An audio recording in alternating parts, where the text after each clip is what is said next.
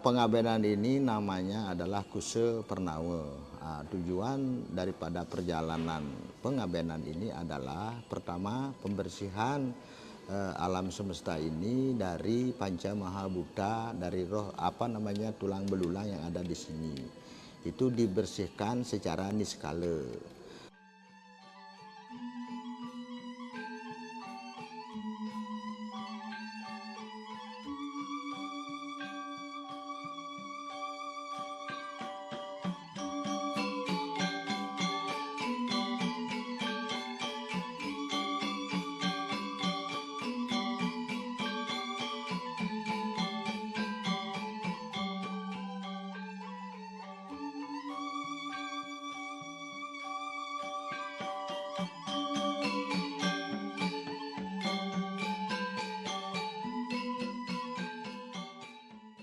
Kemudian yang kedua itu pembersihan atma.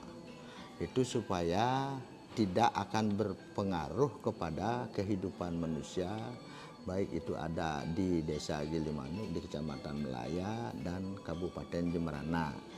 Jadi itu merupakan misi supaya tidak ada pengaruh-pengaruh negatif kepada kehidupan manusia yang sedang ada sekarang ini. Itu sebagai tujuan adalah proses dari pengabenan Kuse Pernawe ini. Sebenarnya kalau menurut yadnya ini adalah ditinjau dengan upakaranya, itu adalah upakaranya cukup tinggi ya, dengan Banten itu adalah bebangkit, kemudian catur atau sudah tingkatan daripada upakara itu cukup tinggi.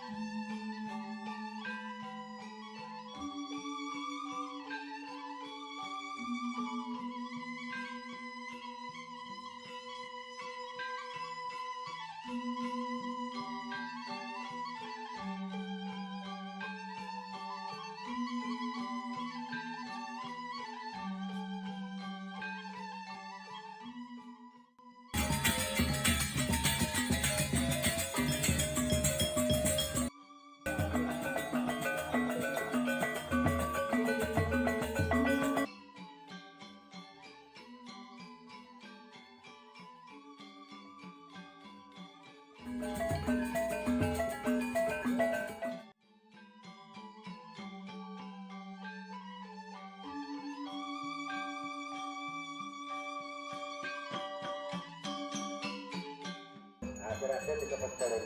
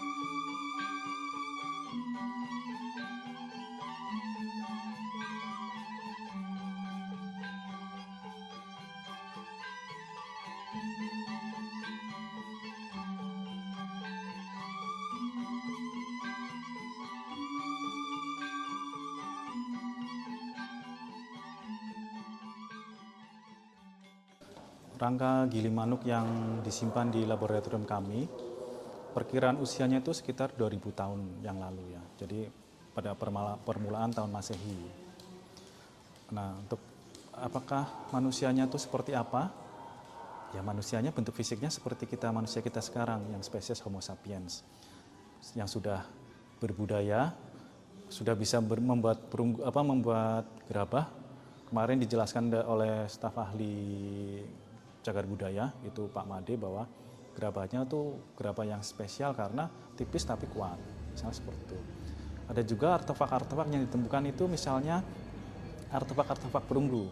Artefak-artefak perunggu itu memang perlu kita teliti lagi, apakah dibuat sendiri atau pertukaran. Kalau ada yang pernah yang saat ini salah satu yang disimpan itu kemungkinan itu pertukaran atau didapatkan dari luar Gilimanuk. Kemungkinan itu dari Vietnam, kebudayaan Dongsong. Nah, kalau berbicara tentang kontak dengan luar, ya memang di sepanjang Pulau Bali ini banyak ditemukan artefak-artefak dari zaman besi, ya dari bahan perunggu, tembaga, itu yang memang mencirikan artefak-artefak yang dibuat di Vietnam.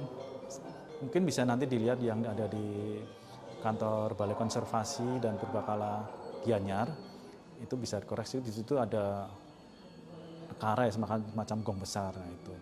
Apakah usianya sama dengan yang Gilimanuk? Nanti perlu dicoba ditanyakan ke yang BPPK kantor Gianyar itu. Tapi memang kontak dengan luar itu, dengan luar Gilimanuk itu sudah ada. Dan apakah manusianya purba? Ya memang manusia purba, tapi ya manusia yang sudah seperti kita gitu, sudah berpakaian, sudah bisa melihat gerabah, sudah punya komunitas-komunitas keluarga. Kenapa bisa manusia ada indikasi sudah berkomunitas? Ya karena ada tradisi penguburan itu. Dengan adanya gerabah sarkofagus, kalau dibuat individu kan tidak sangat berat.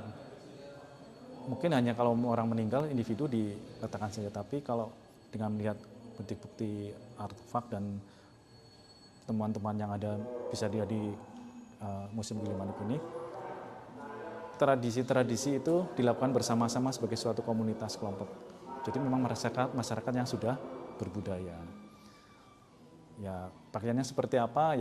Ya sayang sekali memang untuk misalnya pakaian kita tidak bisa menggambarkan seperti apa karena tidak ada. Nanti mohon dikoreksi juga kalau misalnya tidak ada itu pakaiannya tidak ada kita tidak bisa menggambarkan pakaiannya seperti apa. Tapi ya alat-alat sehari-hari itu tadi ada periuk-periuk, ada gerabah-gerabah, ada alat-alat perunggu, nah segala macam. Ada juga manik-manik. Manik-maniknya banyak, itu semacam perhiasan atau juga sebagai alat tukar perdagangan.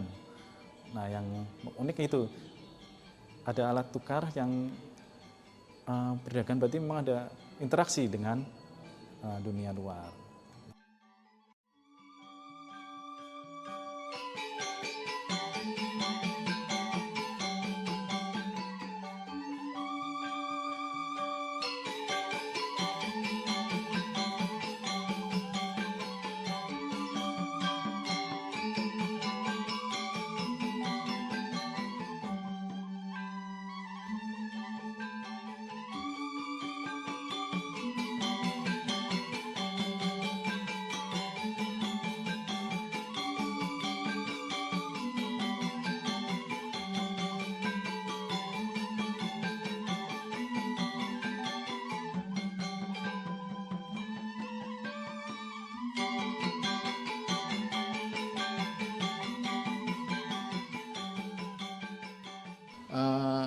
Ini adalah Museum Manusia Prasejarah Gilimanuk.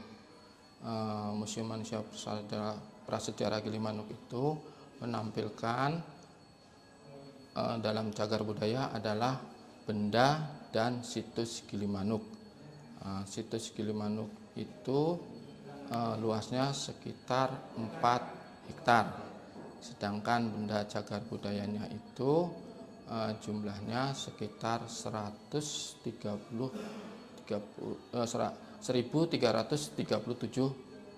benda cagar budaya.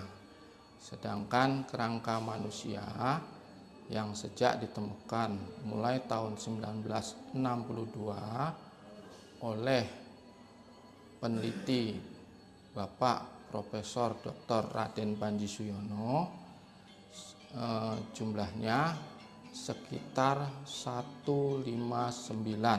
Terakhir penelitian dari Balai Arkeologi Bali atau yang sekarang berubah nama menjadi BRIN itu tahun 2019. Sedangkan kerangka yang ditampilkan di Museum Manusia Prasejarah Gilimanuk terdiri atas 4 individu kerangka manusia yang di gedung utama, 2 di gedung terbuka atau kita sebut open site museum. Sedangkan di gedung kaca atau gedung sama seperti open site museum adalah ruang edukasi mengenai penelitian arkeologi.